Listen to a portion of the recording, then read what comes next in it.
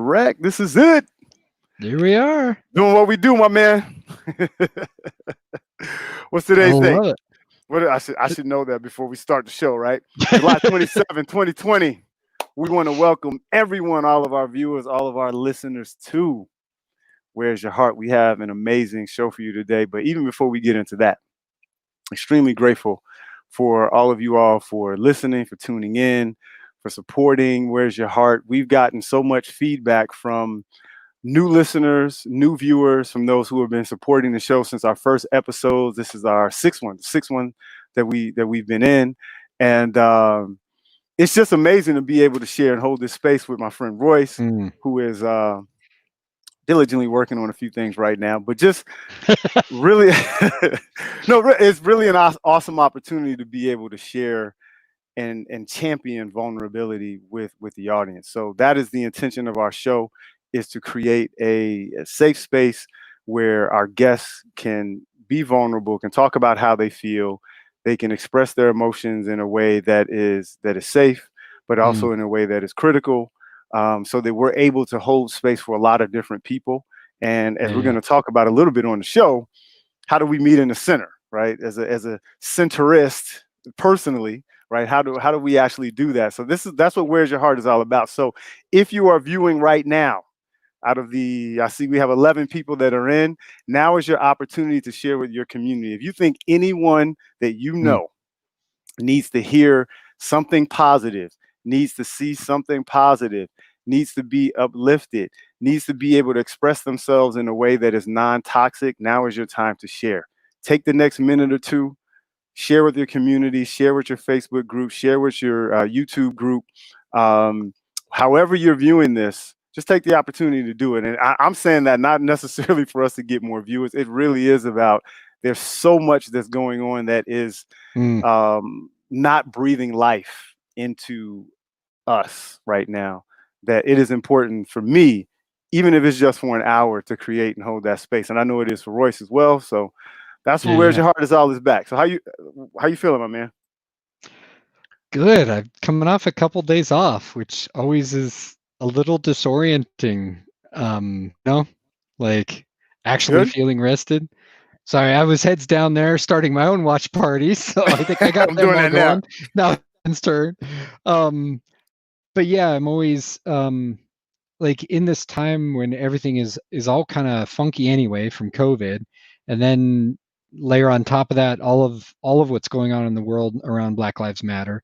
Um, it was a weird time to try to take a few days and like not respond to emails and not respond to Mm. texts right away and just get away with Sarah and I, and just like be together. So it felt really good. It also, yeah, there's a challenge here because I try to be really boundaried. But anytime I work with people who are activists and organizers, people of color, people with any number of different oppressed, marginalized Hmm. identities in this country, I always am aware of like how much of a privilege it is to be able to set my own boundaries. And so it always, yeah, it's always one of those things that I know that it's important for me to do. The book that I've got to get back to writing and all that stuff, Yeah. like, is going to be better for me having taken that time. But I'm also like, I'm always torn about it. So Okay. anyway, it's really good. And I guess the rest of it probably has some guilt in there, but it's a thing. I don't know. It's, yeah, it's all there. So what are you grateful for this week, man? Gratitude. So, quick story. I had an encounter with a police officer this week. So here's a short story. I'm driving down the street. I'm talking on my phone. I'm holding my phone at that time. So I'm actually holding Oh, it, and I'm talking. It was actually a business call that I had tried to take in the office, but I was running a little bit late, so I had to take it in the car. So yeah. I'm just yapping, talking, trying to. There's actually an organization that wanted me to come in and talk about courageous vulnerability, and I look over, and it's a police officer in a squad car. I wasn't even paying attention, and he looks at me, and it was a weird look. It wasn't visceral. It wasn't upset. Yeah. it was more like I think he was wondering what he should do. He was Yeah. very cautious of, okay, do I say something to him? I could tell that he was very cognizant of what was going on in the world right now. And so I look at him, and then I look, and then, I candidly, I do get nervous. Sometimes my initial reaction when I'm encountering police officer, the initial reaction is a bit of nervousness. So then I look back Yeah. over, and then he does this. He's like, put your phone down or whatever. So I'm like, all right, I get it. So I'm like, hey, can I return this call in a few minutes? I'm driving. And he's like, sure, no problem. So he goes forward, and then we get to the next light, and then I take off first, and then he gets behind me. So then I become nervous again, right? Yeah. So he ends up turning into the same place that I was turning into, which was a coffee or tea shop. And so he goes in, we pull up together, and then we end up going into the store. I get tea, he gets coffee, and we just talk, right? So we ended up Yeah. talking, and we come to find out that we, had things in common, like, we like the same team, both White Sox fans and stuff like that. And it was a good encounter for me because it started off as something that was separate and negative. But then Yeah. toward the end, we were laughing. And then, so I'm grateful just for grace, not necessarily his grace or my grace, but just the ability for us to be able to communicate and show each other grace in the very tense moments that we're living in right now. And I think we need Yeah. more of it. And yeah, I mean, he happened to be Caucasian, I'm Native Black American, but just that whole dynamic that could have been turned into the complete opposite. So I'm grateful for grace. That's it, man. What about you? Yeah. I mean, I'm grateful for time away. I'm grateful, for my spouse who's taken one of our kids to the doctor right now, so that I could do this. That's normally something I would do, but so yeah, so that I can do our thing here. Yeah. Um, yeah, uh, I'm feeling a little more spacious today, and there's a lot of gratitude That's swimming in it. good. That's good. But listen, man, Yeah, we yeah, we we we need that. We need that kind of we space, do. man. We do. There's a lot going Yeah. on this week, man. So tell me about your recap of the week. I mean, first off, 60 days straight. Let's just put that right out there. That number, 60 days of protests. Mm, Uh, and I mean, I don't know about anybody else, but I've been watching Portland, especially, partially because I live in Albuquerque, and I know that they already have sent feds in here as well. It's a smaller number, it sounds like. What the hell do we know at this point? Because it sounds like they're using contractors. So chains of accountability are really weird with this thing. So we're watching it here because we know we got to prepare for it. And so there's 3 protests this coming weekend, 3 different groups. So I'm trying to figure out which groups are going to have enough medics on board and everything, because I think Sarah and I are going to go to at least one of them. mm. And it's yeah. So how do you prepare to go to war when you're not ready to shoot back? Like, that's what Ooh. it feels like. Say that one more time. How do you go to war? How do you prepare to go to war when you're not going to shoot back? Like, Mm, that's what these preparations are. And I gotta be honest, like, I kind of fucking hate it. mm, Like, if I'm gonna go to war, I'm all right. It's on. mm. So preparing to be in a space where I know that my body is going to be put at risk. Um, that sucks. Like, we just had somebody get shot down in Austin. I think our guest is going to talk about that. He's down in Austin. So it, like, this is, and that was not the police that did that, took that action. It sounds like it was somebody who was just pissed at the protests. So Yeah. um so yeah, there's a lot, man. It's heavy Yeah. shit. How about you? Heavy times right now, man. It's when I look over the past week, it's kind of similar. I'm grateful for the sustainability, right? Like Yeah. there's actually, like, you can tell that the resilience is really there. Like, this is not going away. And Yep. so what's interesting to me as someone who watches a minimal amount of all medium channels, because I look at everything, that there's a lot of agitation on the extremes because this hasn't just gone away. Because typically, you see a little bit of a movement, things happen, and then we return back to normal. But the Yep. sustainability and the sustaining power of this right now I think is magical. I really truly do, and I'm happy to be a part of it and contribute in the way in which we're contributing. I've been Yeah. to, I think I said this before, 3 protests thus far. Um, I'm thinking about, it depends on like where it is in the Chicagoland area, participating and just being a part of it.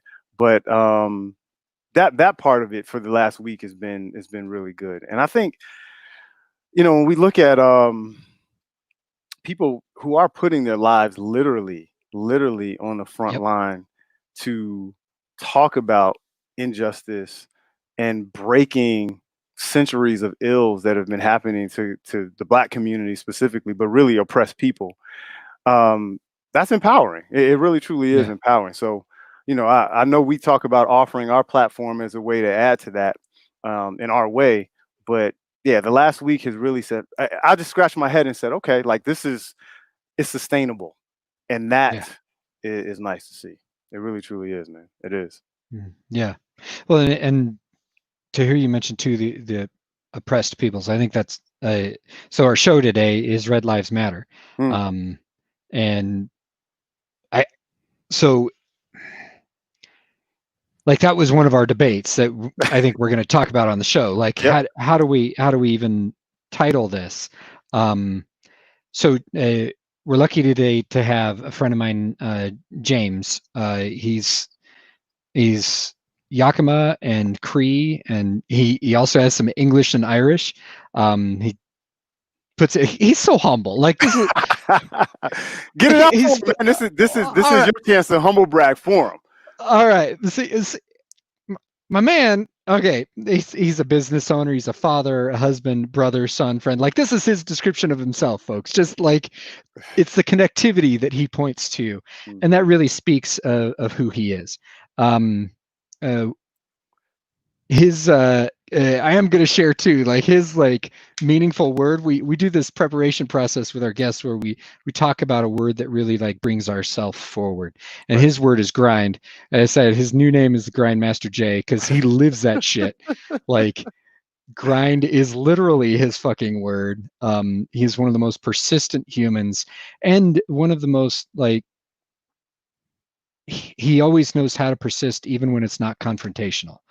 Like he gives Mm. me shit because I'm definitely one. Um, and again, something I think we should be talking about on our show today. Like I'm definitely one of those who's going to be like, stop being a fuckhead. Like I'm going to be like, stop it. Um, I've been silent for too goddamn long as a white man, and that. But I think there's some important conversation around like how do we approach those things. So anyway, but he's that quiet like stream that will just rear shit down and make shit happen. Mm. When we asked about what are podcasts and what are websites, what's he do? He gives us stuff that his cousins are doing. Like so we're gonna say those, but like these are friends of his, cousins of his, who are doing awesome stuff. So one is a podcast called War Cry. It's run by one of his cousins, I believe, who's still up on the res with family. Um, she also runs a website called nativefriends.com. And then his one of his other cousins who did this shirt, and who sells a bunch of just awesome stuff. You might see them pop up in your Facebook feed. I think I've seen ads for them pop up on there, is nativeanthro.com. So as we're all becoming aware right now through with BLM, like where we buy stuff, where we do business matters. And these are some places that we can put on our list. Absolutely. So anyway, that's a lot of blabbing. So let's get James in here. All right, let's bring him in. James, what's up, What's my up, man? gentlemen? How y'all doing? What's the good word, my brother? I guess it's grind, man. Grind. Grind is a good That's word, man. right. So we got to start off because I guarantee you there are listeners, there are viewers right now that have seen Red Lives Matter, and it is triggering for some people. Some people, it's like, Yeah. hey, this is a great conversation and a topic that should be talked about. And there are some people who might be saying, hey, that title in itself is taking Yep. away from the narrative of Black Lives Matter right now. So we had a dialogue about that, but I want to have one a little bit more public so we can talk about it. Red Lives Matter, just the term itself. Like, how do you feel about that, even in being the title of this show? We talked, like I said, we talked about it a little bit in the pre-show, and because I I support the Black Lives Matter movement, not any specific organization, but the movement itself and everything that's been going on. And when we talk about grind and we talk about 60 days in Portland, obviously those guys are on their grind. And it's not just in Portland. There's people everywhere that are doing that. Portland is a centerpiece right now. But, you know, I would hate to detract from that. But at the same time, everywhere that I've gone and the protests that I've been to, when people realize I'm Native, they're like, we're glad you're out here with us. You know, unity. You see it all over social media. Unity. We're in this together. You know, we know what it's like to go it alone because we have gone it alone for so long. So when we see other people trying to stand up to the systems of oppression that exist, we're like, hey, we've been doing this for a long time. We're helping. Like, we're going to be in there.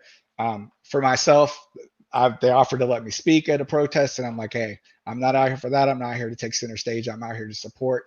You know, I'm out here to let y'all know we're out here with you, and we understand. Like, we are and have been where you are for a very long time. You know, we've been in this struggle just like y'all have been in this struggle, and the fact that we're all coming together now is a scary thing for some people, and you know, they don't want to see that kind of unity. And so that's what we have to look out for, right? And why I guess I finally landed on it's okay to put it out there, because if they can have us be at odds with one another to slow progress, that will absolutely happen. Instead, if we're like unity and we're in this together, hey, let's go push this thing together. We can get this rock up the hill, you know, and not let it come back down again, right? That's the key. But yeah, I think that's why.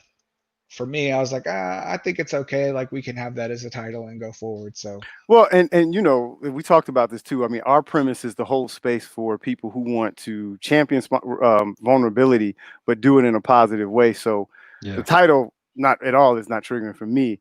But I do want to make sure that we do have that space because, you know, we may have a lot of different titles on this show. It's not necessarily for one group to come in and hear what they want to hear. It's a way to bring a lot of different voices together. So hopefully people learn something, even if they are triggered by the conversation. So I appreciate you sharing that. And I appreciate you being on the show. So tell me a little bit about your experience with what's happening right now, because you've described a lot of cool things. Talk to us a little bit about what's happening.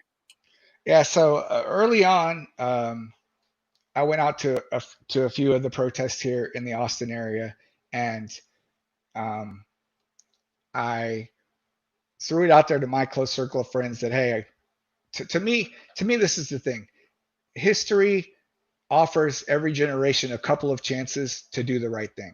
You know, it's not a ton. It's a couple of chances to stand up and do the right thing. And to me, this is like history. This is history giving us an opportunity to finally like push things forward, to move things forward. You know, obviously you're grinding all the time, but there are windows of opportunity, right, where you can really make some forward. And obviously we've made some progress, right? There have been some developments that have been fights for us for a very long time that we can talk about in a minute. But I didn't want to go out there and not give the people who were close to me an opportunity. I knew some of them probably were wanting to go, but were on the fence and needed a nudge. And so I'm like, hey, I'm going out there. And I knew before I said it, there were a couple people that were going to be like, I'm going with you. Like, one, I think they worry about me, so they didn't want me putting myself in any kind of situations where I might get hurt, right? Because I have a real tight group of friends that definitely look out for me. And two, I think that they also believe in the push that's going on, and they wanted to also be part of it. And so, you know, I went out and was a part of some of the protesting that's going on. You know, with COVID going on too, we've been struggling with that. And the Yakima tribe specifically has been struggling very hard with that. So 6% is the rate of infection with a tribe that's very small, you know, as far as enrolled members and reservation-based members. So you basically know someone who has it, and you probably know someone who's died, especially if you're on res. And so we've done some things in the past few weeks to generate some funds to send up there and help out with that, as well as I have some amazing friends that agreed to make masks and send them. I have a friend that's been sending, she's a hero. She sent tons of masks for adults. They asked, can you send some for kids? She went back and made more and sent some for kids. She's still sending stuff. Supplies have been being sent, all to help out my people who are deep in the struggle right now. And so, those kind of things are good and positive. So, and really, if you think about it, people willing to be out there for 60 days, Yeah. despite what the narrative is, they're not out there to riot, or they're not out there to party, or they're not out there, they're out there for a reason. And I'm not saying everyone 100%. You're not going to have a movement where everyone 100% is doing the right thing. It's unrealistic to say that. But most of the people are out there for a reason. You have a line of moms in Portland, the moms of Portland that made a line all the way across the front of the protest to protect Portland's children from the federal agents that were gassing in and shooting them with rubber bullets. Meanwhile, they gassed the moms and shot them with rubber bullets. But they were brave enough to go out there and form a line to try to protect them. There's a line of veterans that's doing the same thing in Portland. Dads, like, people are uniting. Let me get off on a side tangent once, because y'all do it all the time. I watch the show. No! We're trying to do better though. We're getting called out. But there's a rush to get people back to work. There's a rush to get people back to school, and people are like, oh, it's the economy. Partially, yes, but right now people have the time, and the distractions are limited, right? Sports are limited, movies are limited, concerts, entertainment is all limited. So people are reflecting and thinking on things that people in the positions of power do not want them reflecting on and do not want them thinking on. So they're like, we need to get those fools back in school. We need to get them back to work. We need them distracted, doing their 40 hours of work, having to do all this stuff with their kids, so they have no time. Right? No time to focus on these things and understand that for years we've been slowly getting away with more and more and more, right? And now that people are waking up to it, they're like, oh, hold on. And so now they're trying to, stuff it back in the bag if we can. Like we gotta stop this while we can. So that if you want to know what the rush is to get people back at school and work, I believe personally that's a big part of it. It's control. So we have some of our regular viewers that are kind of chiming in. So we have Gerard saying peace to the family. We have TL, of course, and he dropped a line and said, "Yeah, Red Lives Matter." That's a trigger warning, right? For a lot of people, that could be very triggering, right? We have Susan, and just to piggyback on some of the things that you were saying, like it's interesting. I'm sorry. Go ahead. I got a fun question for you here. Yeah, go ahead. This is from Jean. I guess it's probably on my page. She's one of my co-conspirators. She's an amazing human. She asks, so how do you choose between the ethical need to stand with Black Lives Matter and protest, and contrast that with the need to stay home and be safe? Bluntly, how do you choose? That's an interesting question, and one I struggle with, because a great question. My wife didn't want me having really. She believes in the cause, but she's like, I can't have you going out there. I don't want you going out there getting in harm's way. And early on, even here in Austin, and that it settled way down after the first week or so, but even here in Austin, rubber bullets and tear gas was happening in the early protests here in Austin. And I told her, I can't not go out there and be a part of it. It's too important. I have to be an example to my son, and I have to do my part to leave him with a better world than what I had. Because if he has to fight these same fights that we've been fighting all along, then we didn't make any progress. Then our generation as a whole failed. And so now, like I said, that window of opportunity that we have, I'm like, this is our opportunity to go out there. And, when she heard, like I talked about my close circle friends, and shout out to them. I'm not going to mention their names because I don't have their permission to do that. But they were like, I'm going with you. And I did some things in the protest that, and they were right there with me, making sure that, I was safe out there. And when she heard that some of them were going, she was a little bit happier about it. She was a little bit happy. And the funny thing is, I'm not an agitator. I'm not going to go out there and like try to cause problems. But she was just worried about it. But to me, I think that's the answer to that question. Like, it's my responsibility, and if I shirk it off, then I'm neglecting what I need to do to hand my son a better world. Yeah. And it's interesting you say that, just from a leadership standpoint. Like, modeling is so important, because there's a lot of narratives right now. Everybody is pulling for our attention, our brain, our time, processing, even when we're sleeping or doing things outside of watching whatever narrative they're trying to push. But I fundamentally believe that one of the best ways to show up is to model the behaviors and the attributes that you want to see that actually comes from the world, which is why I have and we talked a little bit about this, James, which is why I have such a not an issue, but just a question for those who are not trying to find the center of things, right? Because we share so many things collectively, and once we're able to bridge that gap or really dig those tunnels, which is a better way to say it, because that's a deeper connectedness. The fringe things, which I don't think the majority of people are on, then that's when we're able to heal a lot of those long term. But I right now I see modeling of the opposite. Like everybody's running to their identity corner, right? It's like, it's like almost like a boxing match, and it's like ding ding. Okay, you go to your corner, you go to your corner, and I don't see how long term how that actually helps anybody. I don't. Go ahead, Royce. I feel like Royce, you have something you want to say to that. Yeah, that's what I thought. I was waiting for Royce. Well, yeah. So I mean, so first off, I think this is one of the things I love and respect about both of you.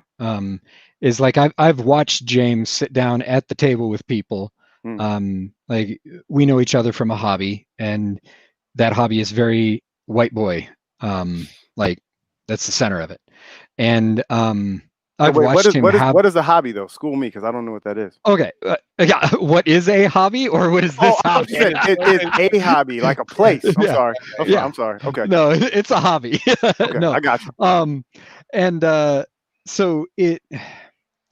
But I've watched him like sit down in conversations where I wanted to rip the guy's head off, and he'll just sit down and he'll be like, "No, I'm going to extend courtesy and kindness and grace," and it's like I've done other things where I had to hold the middle, and it's a very, very challenging thing, I think, for me personally, to decide when do I hold the middle, and when does it me holding the middle, especially as a fucking white man, when I hold the middle, sometimes it looks like I'm condoning the shit that people are doing and saying.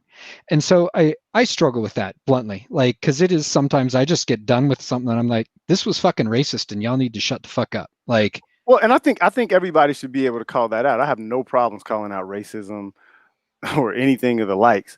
But I also think that everybody has different ways to contribute. So to think that any one group of people is monolithic in how they approach everything, I think is very short-sighted, right? And I know for me, in my experience and how I've experienced the world, like I can add to creating true justice for all by holding this type of space. Everyone has their role. Yeah. The problem is that we've gotten to a point to where it's like if you're not using my words the way I want you to use my words, therefore you're not a part of the cause. You're not a part of trying to create liberty and justice for all and end racism and systemic racism that's affecting people.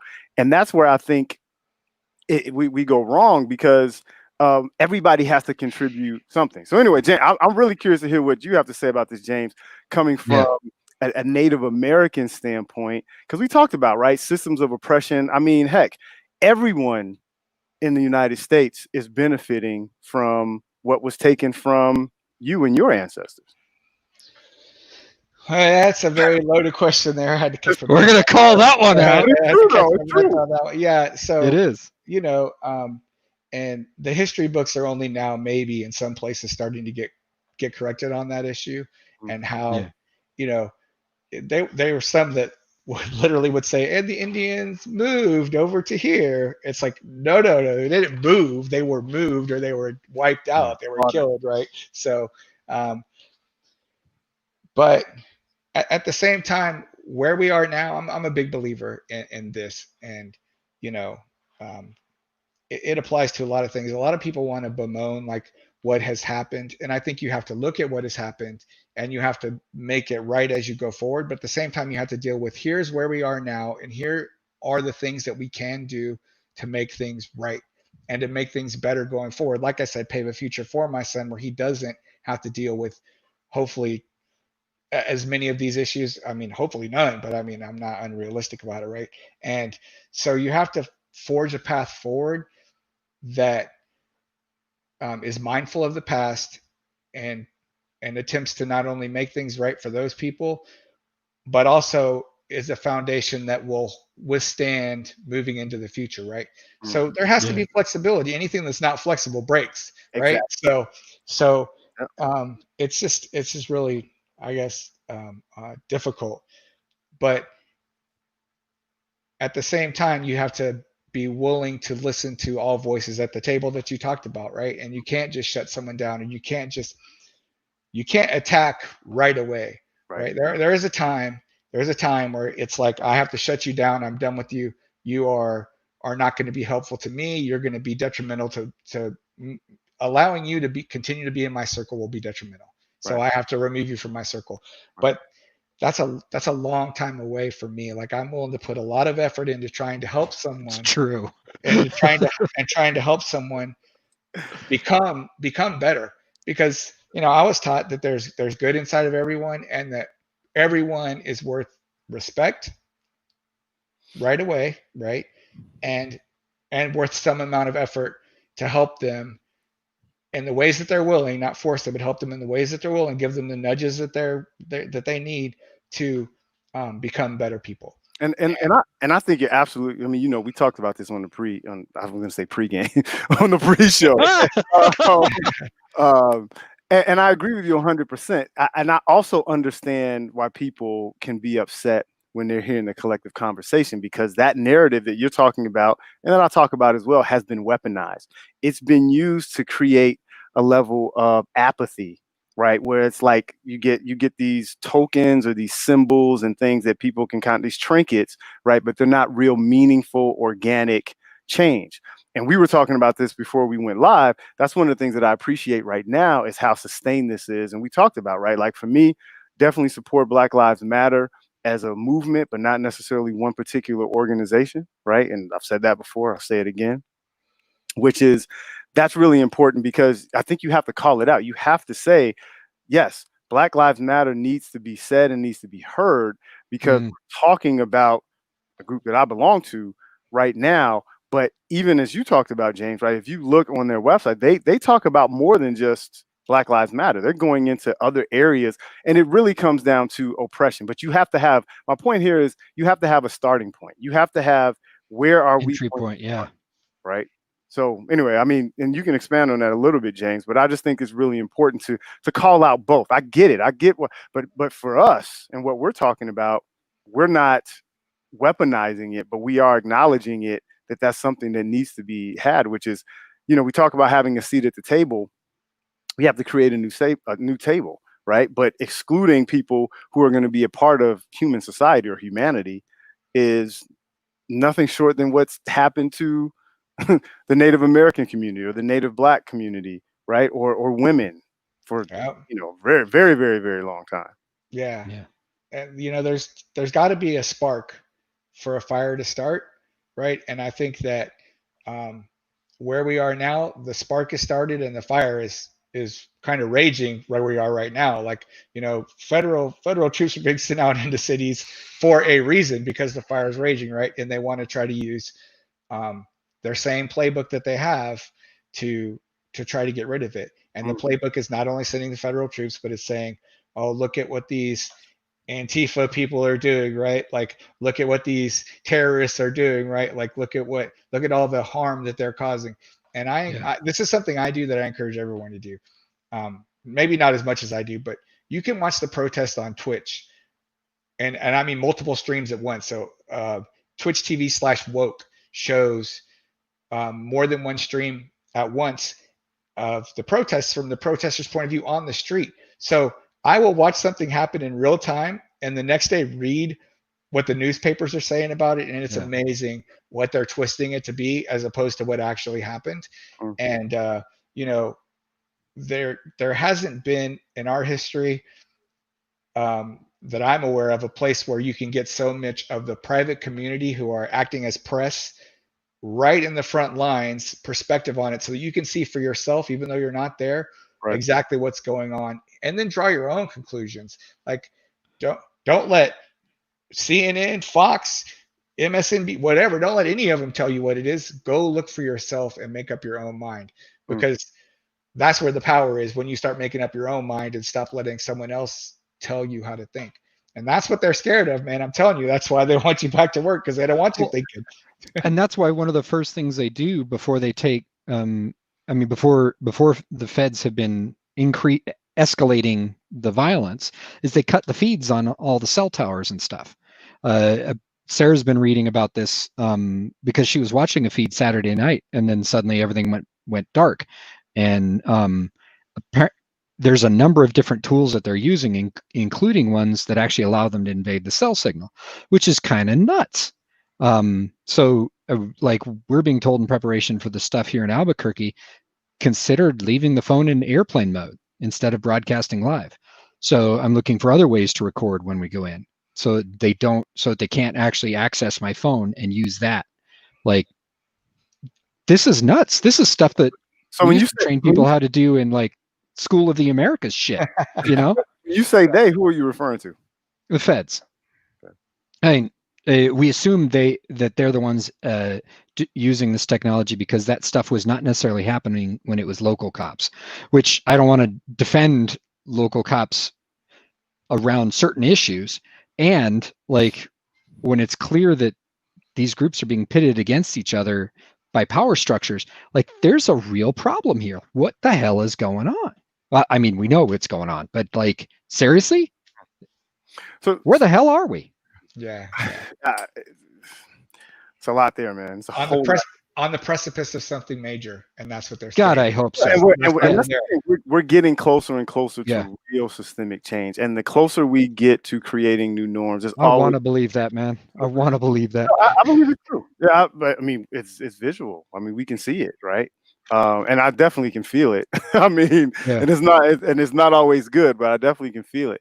James, I'm curious about the relationship between that you see and that you found between the Native Black American community and the Native American community. Like, what are some of the similarities and things that you have experienced to kind of make that connection? So we have, experienced a lot of the same systems to work against us, right? And the same oppression throughout the course of time. It's really interesting because well, for one, like when I was out the protest, they offered to let me speak. They thought it was important. I declined at that point in time. But even in the midst of COVID, and even though I don't like touching people, it's one of my things. Like the protest, one of the protest leaders is like, "Oh, big hug, man. We're glad you're out here." And I'm like, I just felt like the moment was important, and so I didn't push him away, or I didn't say I'm not going to. I was in my mask, of course, but I was like, hey, this is meaningful for him. I think it's meaningful for me as well. And so, I think that's a similarity. Our dealings with with law enforcement are similar off res and maybe a little different on res because we're policed by our own community. Okay, so tell us a little bit more about that, because I would argue a lot of our viewers don't know the difference. On res, off res. What does that mean? Well, so let me give you just a real life example directly related to me. Okay. My father, when he was younger, would have too much to drink, and so he'd be on the res, being rowdy, just drunk, and the tribal police would take him. And the stories he tells me, and it happened more than once, to take him and my uncle, and they would handcuff him to a telephone pole. They'd leave him there, and they'd come back and get him later on when he sobered up. They didn't have to beat him down or throw him in jail or charge him with anything like that. They're like, even for the wolves. They're like, they're like, there's no wolves, but like Paul and Nick are being crazy. Like, we'll give him a chance to settle down. They could, take a nap on this pole, and I'll come back and get him. But they didn't get beat down or abused. And I haven't found the statistic, but I'm very curious as to how often tribal police kill their own people, because that's who they police. So, American statistics for killing of citizens by law enforcement is high in the United States. But I bet you on the res, it doesn't compare. I bet you the tribal police don't shoot their own community that much because they know those people from when they were very young, right? It's very unlikely that you're going to shoot somebody that you've known for your whole life unless you absolutely have to. It's not going to be your first instinct to want to draw on them and pull the trigger. It's going to be the last thing that you even think about. Because why? Because I know his mom, I know his dad, I know his grandparents, I know his uncle. They probably made me dinner at one point. I played sports with this dude, right? Like, that's the kind of policing. Whether it can happen or not, I don't know. But that's the kind of policing that would be effective. Community-based policing and community members policing their relationships. Yeah, exactly. It is relationship. Exactly. That's what it comes down to at the end of the day. Because that's exactly what I was thinking as you were speaking. Is you have a level of, and it's not even because bridging the gap is not enough, right? There's depth there, right? You're going deep, and you have deep roots with each other, where there's more than just a cursory identification. Because I've seen a lot of protester videos. I mean, I've watched a bunch where, you know, it could be a white officer versus a white protester, or a black protester versus a black officer, and we're focused on these cursory things. But when there's a relationship there, when there's a connection, when you have different ways of identifying, which is when I'm talking to people or working with clients, I talk about this.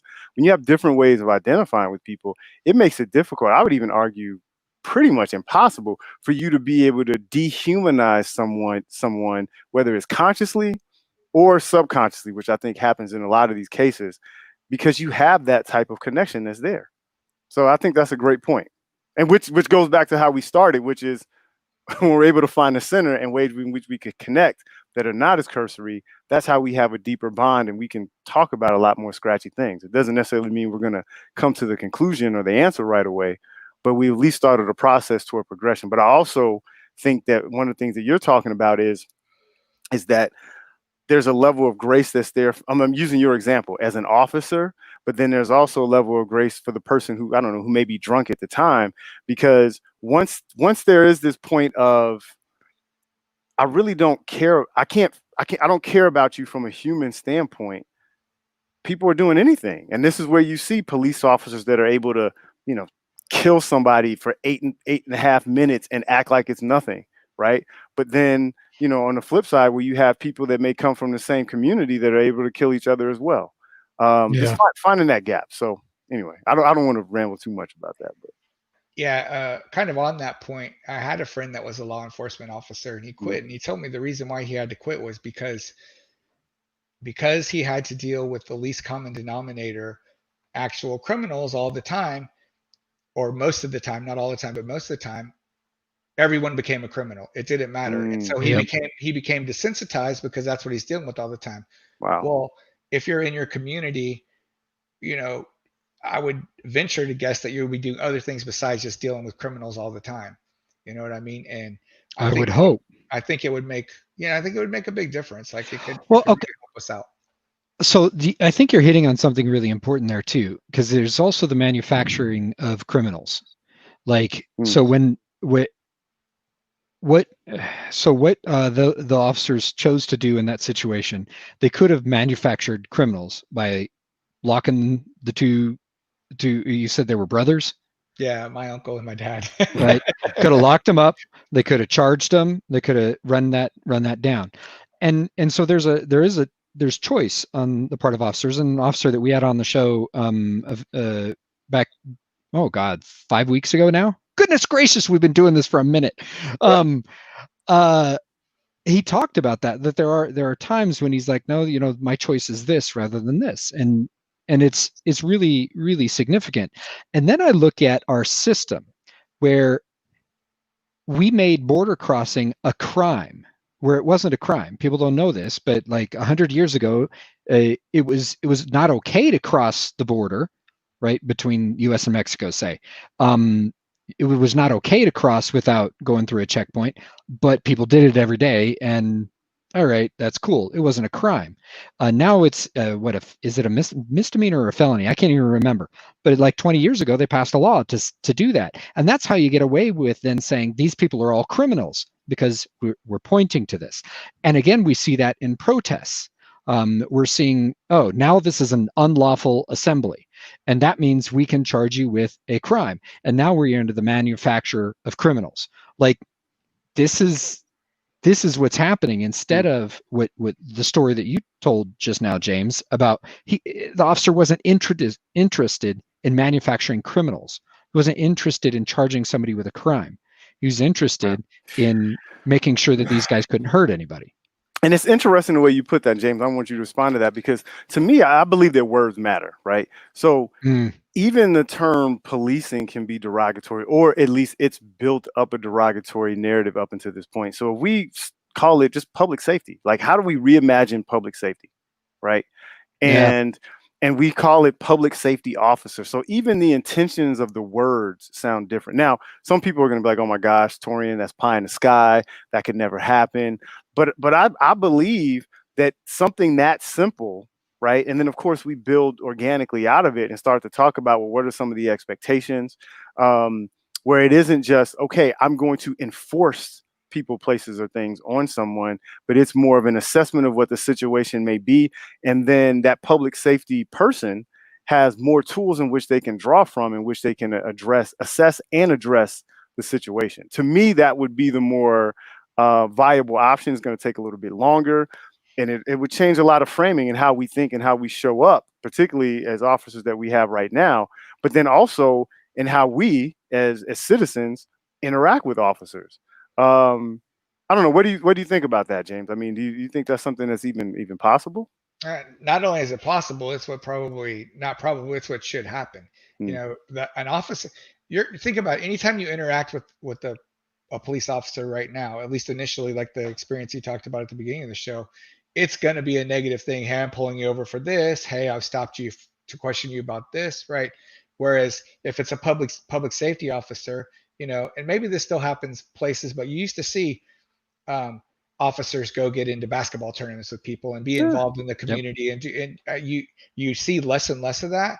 And I think it's unrealistic to say that there doesn't have to be, because we're very willing to be an armed society, and I'm fine with that. But the police also will have to have arms, so there has to be someone who can respond to escalated situations like Absolutely. that. But a unit that's trained to do that. And most every tool, every problem can't be solved by the hammer, right? You don't get the hammer to solve the simple problem. Sometimes it's a screwdriver or it's a wrench, whatever. So leave the hammer for when you actually need the hammer, and use the other tools like these public safety officers you're talking about that are trained to do things that way, trained to build a relationship with the communities that they're working in, trained to, de-escalate. de-escalate, trained to help that kid who is on the cusp, right? And this is where we're missing it right now. And we don't always miss it, but we miss it too much, right? The kid who's on the cusp, and he could easily go into a life of crime, or he just needs a little bit of a nudge, right? He needs a little bit of a nudge to go the other way, right? And those officers could be the person that's like, hey, I seen you've been doing this stuff, but hey, come with me. Like, let's go to the basketball game. Let's go to the boxing gym. Like, let me take you over here. Like, I know a good tutor, man. Like, let me take you over here. The funding, we have a little bit of funding to do things like this. I'm going to take you over to this tutor. She can help you out. I heard you were struggling in math because your teacher got at me and told me that. Like, those kind of relationships are how you prevent. If you want to prevent crime, that's how you do it. You stop people from ever becoming criminals in the first place. I agree. And so we also have to along with deal with poverty, deal with housing, deal with medical care. Like, there's a lot of other stuff there. It's holistic. It is holistic for sure. It is. But even from the context of public safety, one of the things that we would have to think about is, right, because it can't be, well, it's only this demographic that has to change. So as a Native Black American, I would think that my mindset would have to be calibrated as well. There has to be a meeting in the middle, right? So then for me, like I told a story when we came on about an encounter that I had with an officer that, was kind of derogatory, not really, but he looked at me and I could see that there was a level of at least awareness of what was going on in the larger society. And then I looked over at him and, I come to everything the same way. And so even in that encounter, we met in the middle. I could have easily done something to try to trigger him, or he could have easily done that to me. And that whole situation could have been completely different. So how do we, and let's just talk about like the Native Black American community, how does that mindset start to shift in public safety there? Because I think it has to be on all sides, not just both sides, on all sides, in which there's we're going to be generative in trying to make this better. So I was raised that you treat people with respect, until they don't deserve respect. And so we need to get back to being able to respect each other on both sides of it. And the problem right now is a lot of the people in uniform don't act in ways that are worthy of respect, right? And so, and I don't mean fear. That's two different things. I don't mean fear. I don't mean fear. Yep. I mean respect. Yeah, I yeah. can be respectful to someone, and I don't have to have my head bowed. I can say yes, sir, and yes, ma'am, and it doesn't mean that I'm giving anything away. And respect doesn't cost you anything. It's actually the way you should interact with people. But I'm not going to tell someone to go be respectful to people who they know are out killing their people. Like, why would I? I wouldn't do that. Like, Right. So. Yeah, I think the power in that comes from two ways, and I'm kind of taking it back to our conversation, the meeting in the middle. I think the power really comes in when you have public safety officers that are able to police, for lack of a better term, other public safety officers. That's powerful, right? So, like, if I'm an officer, I see somebody doing something wrong, where I'm able to call it out in a non-public environment where it's just me and him or me and her. And then the second part of that is when we start to talk about justice, and we started to talk about ending racism and different systematic ways of oppression, where we have people that are not directly affected that are just as outraged to take action. And that's why this platform to me is so important, because that's where the truth, because if it's just, okay, I'm going to compile and we're just going to here are the three things that I identify with the most, and I'm only going to rock with those people to do the three things, everybody's running to their corner. That is not as powerful as, hey, you know what? I actually see some injustice that's there that's not directly affecting me, but I'm going to call it out. I'm going to do, James, what you're doing, right? Mm-hmm. I mean, it is directly affecting you, but when in the story that you told about your wife, where you're like, hey, listen, I have to go out here because I understand the importance of this. I'm a part of a community that is equally oppressed, if not more so, because again, everybody's benefiting from the slaughter of Native Americans, and that's just the truth, right? I have to be actionable. And that to me is where the power comes in. It's just when there's that group that is holding on so tight to what was and or their identity, that's where we get stuck. And I think that's what we're seeing now, where there's this, I'm holding on to whatever I got with dear life, as opposed to trying to dig deeper tunnels in how we actually connect. Absolutely. The thing is too, like, we have to remember, growth is often accompanied by pain, and change always is often accompanied by struggle, right? Like, we're gonna go through pain points. It's gonna happen. We are in the struggle right now. It's gonna happen.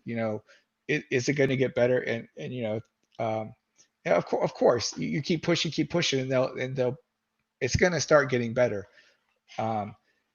The important thing, I think, and I think this is a good time to talk about that, because we're talking about the struggle and the 60 days and the struggle going on. Like,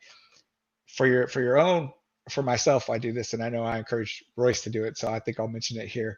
For your own well-being, you have to stop and take stock of what's actually happened that's good.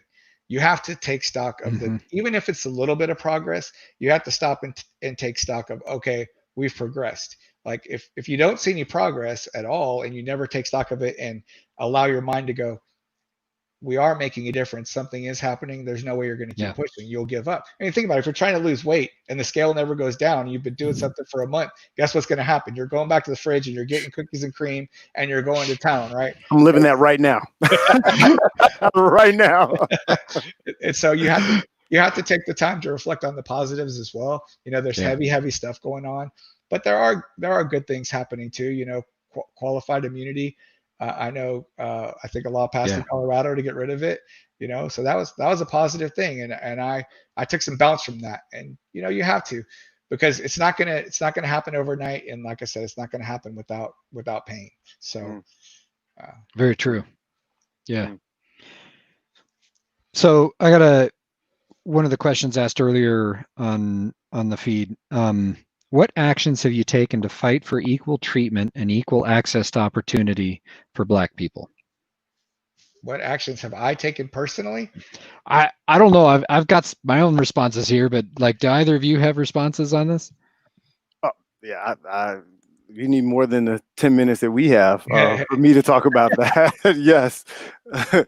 Yeah, and it's much more than wearing a T-shirt. I guarantee you that. Yeah, I mean, for me, it's a very personal thing, right? So I mean, let's talk about the hobbies that we're involved in, right? Yeah. And for a fact that I've been out there, with a bunch of people working with me. So I shouldn't say we have been out there and we started a movement that definitely recognized the people, people of color, minorities, and said, hey, we have a safe space for you to participate in this. Come work with us, come try to better yourself with us. We support you, right? For myself, like everywhere I go that's involved with this, taking pictures with people and saying, team minority, team minority, look at us, we're out here, we're doing our thing. Team native, look at us, we're out here doing our thing. Because Yep.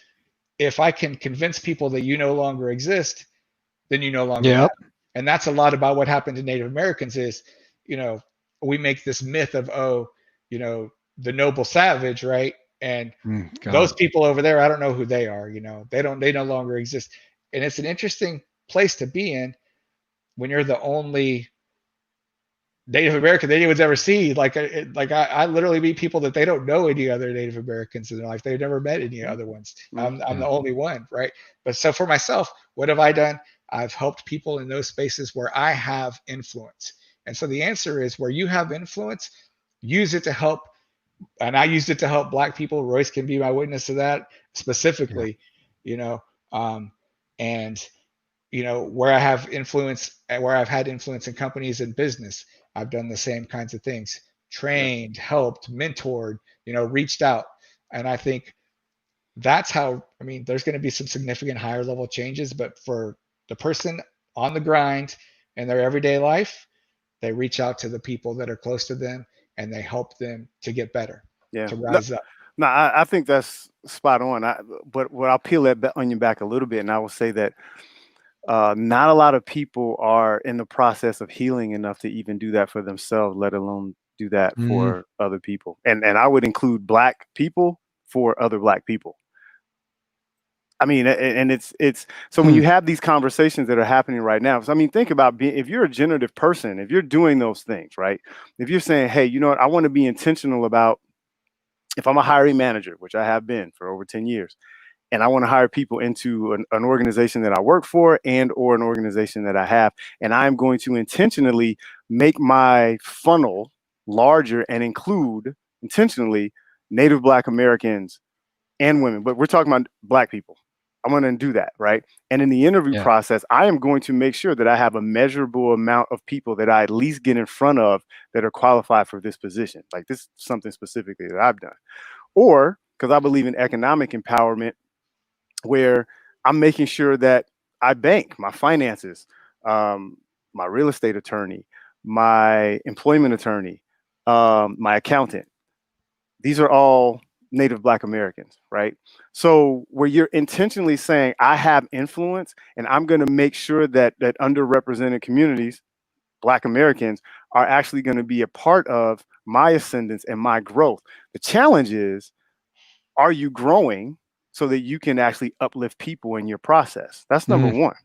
That, and that's a question that people have to ask. And then if you are oppressed, right? And if you're somebody who's in survival mode, which a lot of Black Americans are, because it's different between saying, hey, I'm in a state of just survival. How do I get to tomorrow?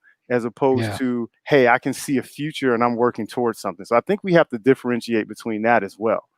But when you are in a survival mode, I don't believe that you can give to other people what you don't first have for yourself. So I think it has to be, how do I get out of just trying to live day to day so that I can be more abundant and be more generative, so I can have a greater effect in the community that I'm a part of? And that's a harder conversation, because this is the conversation that I'm having in the Black community right now. And in some places it's received well. And in a lot of places it's just as much pushback or triggering as Red Lives Matter could be for some people who may see the title of the show. Yeah. So that's my specific answer. And I think to that answer too, you have to be willing to listen to those people and understand timing is important, right? Like, you can't try to push someone when they're not ready. And if you try to empathize with where they're at and where they're coming from and be understanding, walk a mile in their shoes, as it were, or try to understand, this is where they're coming from, this is where they're at right now. I might see opportunities that they could hit along the way to become something way different, way better. But if they're not anywhere near that now, I can't start pushing for that. I just have to listen, help with where they are right at that time, and the things that I can do. And listen is number one. Don't just start offering solutions immediately, right? Listen, and understand, and then go, okay, I think this is what you're saying. I believe I have it. Is that correct? Yes. All right. And then, would you mind if I offered something? And if they came to you, they probably do. And the thing, and I learned this, I talked to y'all about my dad, and he would go into gas stations and talk to people and spend 45 minutes helping them with their problems. He would do this.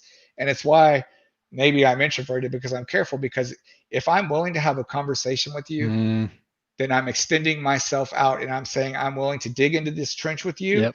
and I'm willing to help you if you need it.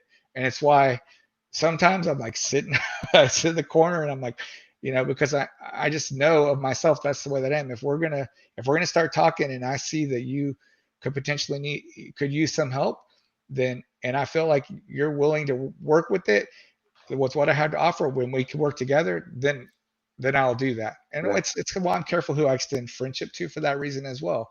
Because, when you're willing to become a friend with someone, you're willing to dig even deeper into the trench with them. I mean, that's what a true friend is. It's easy to be friends with people at a surface level, but that's not what a friend really is. Like digging in and doing the things that matter, and, helping each other to get better and grow. Yeah. That's what a friend It's powerful. really is. And that's kind of what this platform is, right? Because we don't agree with what everyone says. I mean, Royce and I don't agree on a lot of different things too. I mean, but we're friends, and we're centered in holding the space for vulnerability. Yeah. But you hit it on the head when you talked about being generative in that way. And that's always my challenge to people who say, I'm not racist, I'm against racism. Okay, maybe not. I'm not inside of you. I don't know what you think or what the process within your brain. But what I do know and what I do see are your actions and your behaviors. And so being against racism but being passive, that doesn't jive to me, right? Because you have to be, not have to be, you should be active. When you see things happening, you have to not only call it out, but do things that actually affect that in a positive way. And that's what you're talking about. And to me, that's kind of the higher order of it. That's one of the reasons why being able to talk about Red Lives Matter with Black Lives Matter is so important. And at least from my perspective, one and the same, is because we have to be able to dig those tunnels and dig deep where we have those commonalities, because that's how you get rid of real systems of oppression. Yep, like you said, unity's That right there. more than a t-shirt, bro. It's more than a t-shirt, right? It's more than a t-shirt, man. Like, I mean, it's more than changing your Facebook thing and putting a few words out there, and really, and I'm gonna get on my soapbox, and I'm kind of feeling a little bit right now. Go. I mean, seriously, it's more, and this is what I don't understand. I know there's a lot of negative things happening, and I know we're seeing a lot of that when we're out in the street and we're protesting, right? But I'm very cognizant of the energy that I pass on. So I see so many people passing on negative things. And it's not that we don't need to see it, because we do need to see it, but it's the narrative around it, right? Like, I would love to see more ways in which we could be more collaborative and change these situations as it being more of, see, it's this right here. This is why we need to do this to those people. Because I'm seeing that from all different sides. I just want to see more of, hey, you know what? This is wrong. And here's what we're doing locally to actually fix this, and collaborating with people who say they are against it. Here's how we're going to become actionable in the next 30, 60, 90 days to rectify that. I want to see more of that. And that's what we're creating here. Yeah. So anyway, I'm yapping way too much, James. We appreciate it. No, it's good. Yeah, for sure. So we've gotten this whole show, and we haven't mentioned the Washington football team. Oh, that's right. That's right. Can we just raise a glass to that? Yeah. My sparkling water. Are we like? It's close to the. Is it close to the end? Is that where we are? Yeah. Yeah. I was taught when you do things like this to always end on a positive note, right? So yes. I intentionally saved it. I know y'all will probably end on a positive note too, but my piece on this and my positive note to end on is that a lot of people will say, oh, that's not that big of a deal, or it shouldn't be celebrated. That's been a struggle and a fight for 80 plus years. It's been a personal struggle and a fight for me for 20 plus years. And, I literally thought that I would not see that name change. I thought that this is a fight that I'm going to pass down. We've had this conversation. Yeah. I said, this is a fight that I'm going to pass down to my son, and he'll have to fight the same fight. And you have to remember, people are like, well, they only did it because their sponsors pushed them. Who cares? And not only that, Royce, but think about this: the battlefield where all this is played out. Portland is obviously it's a piece of the battlefield, but the battlefield where this all is played out is people's hearts and people's minds. Yeah. And if the sponsors are saying you need to change this name, they're not just doing that because they want to do it. It's because the hearts and the minds of the American people are saying this needs to change. And so this battle has been for the hearts and minds of the American people for 80 plus years. And the fact that we're now to a point where enough people realize that it's an issue and that it needed to change, that's what I'm talking about. And that's reflecting on the positive. That tells me we are making progress. More and more people are realizing this isn't right. We can't run around doing this. These people are still here. I can see them. There's one right there. I'm right here. And, and out there in the struggle, on the grind, doing their thing. And, we can't leave an injustice like that out there. Now that we're aware of it, it has to change. And there's been awareness for a period of time, but there's been a willingness to push back and say we should change very recently. And because, and it's the hearts and minds, like I said, the sponsors and all that, they follow the hearts and minds of the American people. And that's why they're finally saying we have to change. And so that I view as, more positive. The name changing is awesome, but the hearts and minds being there is what made it happen. And that's what makes it like super awesome to me. Absolutely. So one of our regular viewers, Susan, said, I teach at a high school and our school mascot are the Indians. Any advice on how to tackle that? And I'm going to tag off that. Somebody just threw one in my feed too, because their local team mascot is, it's the name of the now former Washington football team, which I'll say, you know what? I've never thought about it, but like growing up, because that football team existed, it made it okay to say that fucking word. Yeah, for sure. Like, okay. I won't say the N word, but I've been saying the R word all my fucking life. Right? Yeah. Like that's, So anyway, how do we deal with it? Like, so that's an awesome question. And I would say that the number one thing to do, and I know if you said it's in your local area, that's Albuquerque. There's a strong indigenous community in Albuquerque. Reach out to the indigenous leaders. This person is from somewhere else. Oh, okay. Well, wherever you're from, then I would say step one is if there's an indigenous community, reach out and see what their efforts are and say, what are you guys doing? I want to get involved in this. I know this is wrong. We need to make a change. Go get elected to the school board and try to change it from the school board's perspective. And say, hey, we need to make this change. Start grassroots efforts where people that are sending kids to the football teams and the basketball teams and that the math Olympics and all those things. People that are doing the things that the school can be proud of are saying we do not want to wear this. We do not agree with this. This needs to change. And there will be pushback. There's always going to be pushback, but the grassroots efforts, but definitely number one, involve the indigenous people in your area. If they're not always there, but if there are some there, involve those. So reach out to them as a starting point and see what they have going on. Well, and I have a question for you because this is personal for me, right? And as a person who shows up generative, I like to be a kinetic person and definitely show up in the level of empathy. So my high school mascot, we are the Warriors.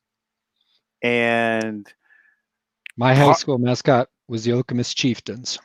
And part of me is like, because it's a part of my identity, right? So I'm not playing devil's advocate, but I understand trying to come from different sides. So I'm torn because my heart says I wanted to stay the Warriors. I wanted to stay the Warriors, but then at the exact same time, I understand how that can be derogatory, and I need to be driving that change if it's derogatory to the Native American community. So how should I approach that? And I'm asking you candidly because this is a real live thing for me. And I'm like, what do I do? And I have to first, and I should have maybe started the show by saying this, but I'm one person, right? I can't in any way, shape, or form say I speak for the entire Native community because I don't. So there are different views across our community. To me, depending on what the logo is, right? Warrior, lots and lots of different cultures have warriors.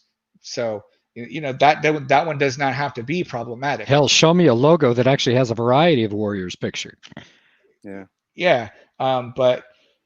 think about this too. And just because we're on this topic, and people think about the Seminoles, the Florida State Seminoles. Yeah. Well, the Florida State Seminoles reached out to the Seminole tribe, and I'm going to talk about them because I feel like they did it the right way. They reached out to the Seminole tribe. This is what we want to do. This is how we want to be respectful about this. And not only did they They work with the Seminole tribe to do it the right way. And I'm not saying everyone agrees with it. That's not what I'm saying. But I'm saying this is the steps that they took. But they also give scholarships to the Seminole children a certain amount every year because they use that logo. So Seminole children can go to Florida State, and get an education. I'm all for that. They did it the right way. So if someone wants to have a mascot like that, go to the tribe you want to use the mascot for and work with the tribal leaders, work with the community, and then do it in a respectful way, right? You're going to have, and people will say, and Native people will say this, well, there'll be idiots in there war whooping and stuff like that.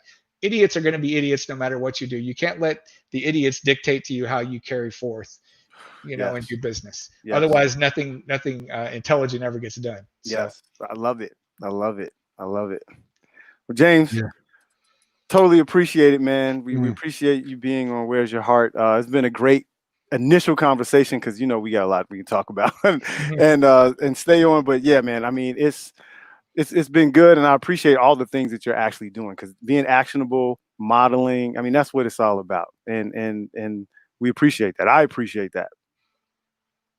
Yeah, no, that I mean, I've got a whole bunch of stuff here. Like, first off, just to our audience, we're about to cut the live feed. We're going to go to an after show.